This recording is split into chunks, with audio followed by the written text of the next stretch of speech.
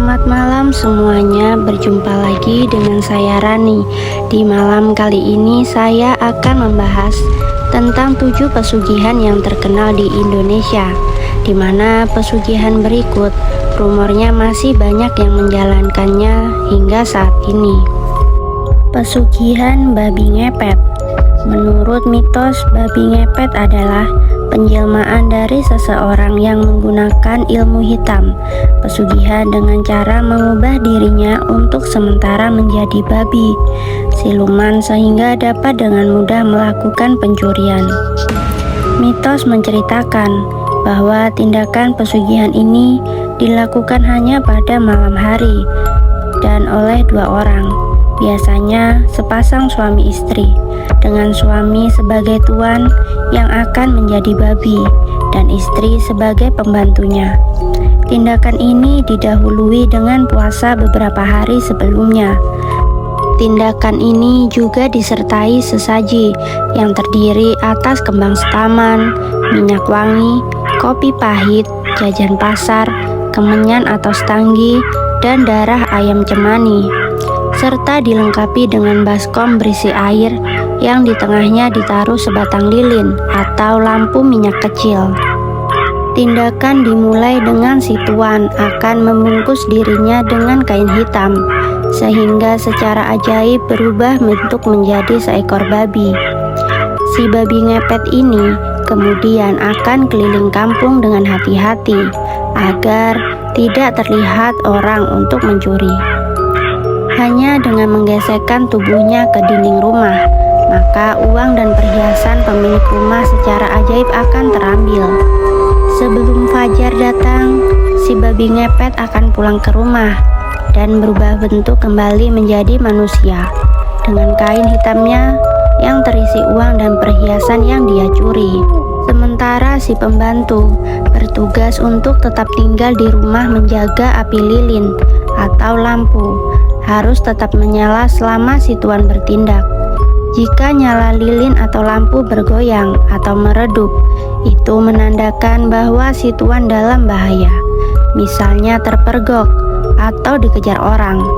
Dalam kondisi ini, si pembantu harus segera mematikan lilin atau lampu tersebut agar si tuan dapat segera berubah bentuk kembali menjadi manusia dan menghilang untuk kembali ke rumah dengan selamat.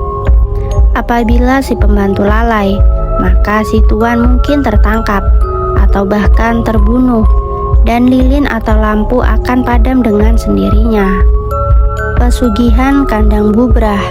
Pesugihan kandang bubrah termasuk jenis pesugihan yang banyak dilakukan di Indonesia. Jenis pesugihan ini dipercaya bisa memberikan kekayaan yang berlimpah kepada pelakunya dengan syarat si pelaku harus merenovasi rumahnya secara terus-menerus. Menurut mitos yang beredar, pesugihan kandang bubrah berasal dari Jawa Tengah, dari seorang dukun sakti bernama Ki Ageng Tembung Boyo yang saat itu hidup pada abad ke-15. Meski sudah ada sejak abad ke-15, nyatanya ritual untuk menjadi kaya secara instan ini masih ditekuni banyak orang hingga saat ini. Pesugihan Nyi Blorong. Salah satu pesugihan yang paling terkenal dan terkuat adalah Nyi Blorong. Kalian tentu sudah tahu siapa Nyi Blorong. Buat yang belum tahu, Nyi Blorong merupakan urban legend yang digambarkan sebagai wanita cantik dengan setengah tubuh ular. Ia dipercaya sebagai panglima terkuat kerajaan pantai selatan yang dipimpin oleh Nyi Roro Kidul. Lengkapnya, menurut kepercayaan masyarakat, Nyi Blorong adalah penguasa keraton pantai selatan yang memiliki kesaktian luar biasa. Memiliki pengikut berbagai macam makhluk halus. Ia konon memang ditugaskan untuk menyesatkan manusia agar terjerumus pesugihan dan menjadikan manusia budak-budaknya yang taat. Nyi Blorong tampil mengenakan kebaya berwarna hijau dengan rajutan emas. Kain panjang berwarna emas tersebut konon merupakan perwujudan sosok aslinya, yaitu ular raksasa. Pada saat bulan purnama, kecantikan dan kesaktian Nyi Blorong mencapai puncaknya.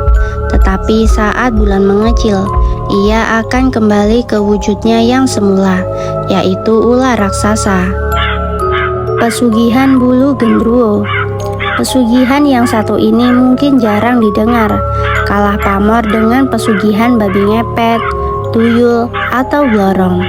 Namun, pesugihan ini masih eksis, terutama di daerah seputar perbatasan Jawa Tengah dan Jawa Timur.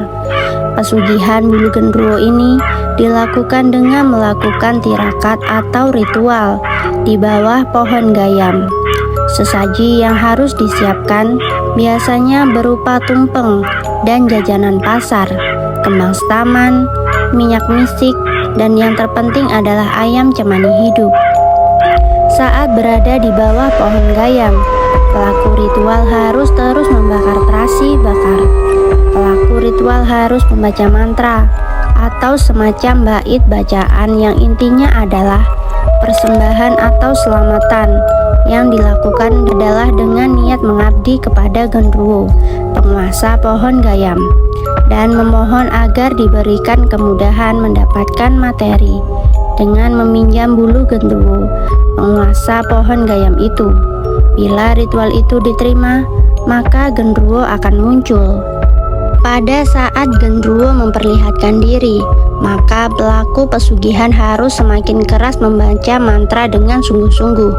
Jika Gendruwo menerima persembahan itu, maka yang akan dilakukannya adalah menginjak kepala ayam cemani yang disiapkan sampai ayam itu mati, lalu mulai memakannya. Saat sudah selesai makan, maka Gendruwo akan memberikan bulunya. Dalam bahasa yang lebih sederhana, jika persembahan diterima, maka ayam cemani akan berubah menjadi bulu-bulu Gendruwo. Pelaku pesugihan harus segera mengakhiri tirakatnya, lalu memasukkan bulu-bulu ke dalam kantung kain mori yang warna putih dan membawanya pulang. Pada saat pulang ke rumah, salah satu keluarga dekat pelaku pasti tiba-tiba ada yang meninggal, entah itu anak, istri, atau suami, atau bahkan orang tuanya. Keluarga yang meninggal mendadak itu akan meninggal dengan kondisi kepala gepeng, persis seperti ayam cemani yang dimakan oleh Gendruwo itu. Setelah itu, kekayaan akan datang dengan cara yang tidak wajar. Uang dan harta akan datang secara tiba-tiba. Bisnis akan laris dan lancar tanpa butuh banyak usaha. Banyak orang atau teman dekat tiba-tiba tertarik untuk bermitra atau kerjasama. Untuk yang berkarir, karirnya akan meningkat dengan cara yang aneh. Bahkan bisa saja naik gaji atau dapat bonus 5 kali atau 8 kali setahun dengan jumlah yang fantastis. Pesugihan minyak kuyang. Minyak kuyang dikenal menjadi pesugihan ilmu hitam di wilayah Kalimantan.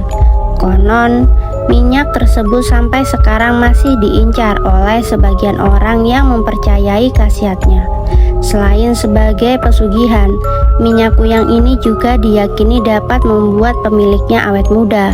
Di tanah Borneo, minyak kuyang juga dikenal dengan sebutan minyak kawiyang atau sembulik. Mitos yang beredar, minyak ini sulit ditemukan dan hanya terdapat di kalangan tertentu saja karena termasuk jenis ilmu hitam. Minyak tersebut terdiri dari 5 varian warna yang berbeda beserta manfaatnya. Minyak kuyang yang berwarna hitam mitosnya untuk ilmu kebal, tahan terhadap tebasan benda tajam, peluru, bahkan pemiliknya dapat menghilang dengan cepat tanpa jejak. Yang kedua, minyak kuyang berwarna putih dipercaya sebagai penglaris atau sarana untuk mendatangkan uang secara gaib. Yang ketiga, minyak kuyang yang berwarna merah diyakini berfungsi untuk meringankan beban tubuh, berlari secepat kilat, dan dapat memerintahkan jin untuk mengikuti semua permintaan pemilik. Sedangkan yang keempat berwarna hijau, agar pemiliknya tetap awet muda, dan yang terakhir berwarna kuning. Konon katanya sebagai pemikat hati seseorang yang disukai. Semua jenis minyak kuyang ini dijaga oleh masing-masing jin. Mitosnya, yang berwarna hitam dijaga oleh jelmaan makhluk gaib janda, sementara minyak-minyak lainnya dijaga oleh jin jelmaan saudara janda tersebut, yang masing-masing bernama Jamariah, Dandaniah, Tambuniah, dan Uraniah. Selain itu, biasanya setiap tahun minyak kuyang tersebut harus diberi makan berupa sesaji oleh pemiliknya. Pesugihan Buto Ijo, makhluk yang konon bertubuh besar, kekar, dan berwarna hijau ini merupakan salah satu jin yang cukup ditakuti. Tak hanya itu saja, sebagian orang yang ingin mendatangkan kekayaan secara instan, maka mereka akan mengabdi atau melakukan pesugihan terhadap Buto Ijo. Tentu saja, setiap perbuatan harus ada konsekuensi yang ditanggung. Buto Ijo sendiri, mereka akan meminta tumbal. Apabila seserahannya dirasa kurang atau tidak suka, maka imbalannya adalah nyawa salah seorang anggota keluarga yang melakukan pesugihan itu. Dan yang terakhir dan paling terkenal, yaitu pesugihan tuyul. Tuyul ini mitosnya merupakan jin yang berbentuk seperti anak kecil dengan kebiasaan mencuri uang untuk diberikan kepada pengasuh atau pemeliharanya.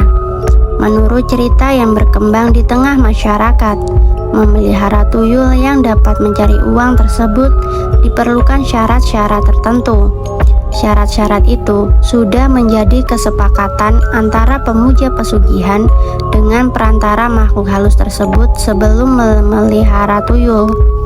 Syarat yang pertama, pemilik tuyul harus merelakan istrinya untuk menyusui tuyul. Tuyul diberi susu oleh pemelihara, layaknya bayi agar dapat mencuri uang. Sedangkan tuyul bersedia membantu orang tersebut karena senang dapat mengajak melakukan kejahatan. Itu tadi 7 pesugihan yang terkenal di Indonesia. Jika kalian punya pendapat atau tahu mengenai pesugihan lain, silahkan komen di bawah untuk berbagi pengetahuan dengan yang lain.